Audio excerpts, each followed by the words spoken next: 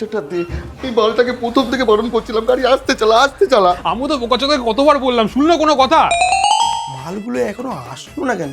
সে কখন গেল গাড়িটা নিয়ে খাবার আনতে, এখনো আসলো না? মালগুলো সব একা একা খেয়ে নিল না তো? ভাই একটা খুব খারাপ খবর আছে ভাই।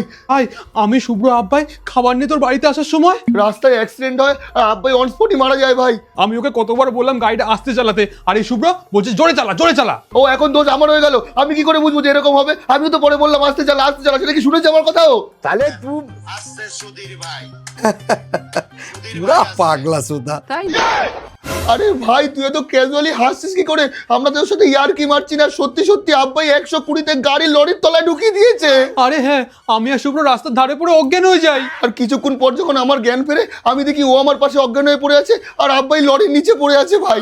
আর তখনই আমারও জ্ঞান ফিরে দেখে আব্বাইয়ের সামনে অনেক ভিড়, আর সবাই বলছে এ মারা গেছে এ মারা গেছে। হ্যাঁ ভাই, আর যখন লোকের ওইগুলো বলছিল আমরা ভয় পেয়ে যাই, ভয়তে পালিয়ে চলে আসি। এখন আমার খুব ভয় লাগছে, এবার বাবা মাকে কি বলবো? পুরো কেসটা আমরা খেয়ে যাবো না তো ভাই? আরে আসছি আসছি, দাঁড়া। আরে আরে ভাই খুলিস না ভাই, খুলিস না, পুলিশ হতে পারে ভাই, খুলিস না। কাকে কি জবাব দেবো? এ ভাই খুলিস না ভাই। আরে শোন ভাই শোন, আমরা জেলে যেতে চাই না ভাই। আরে ভাই শোন না। দাঁড়া না, আসছি।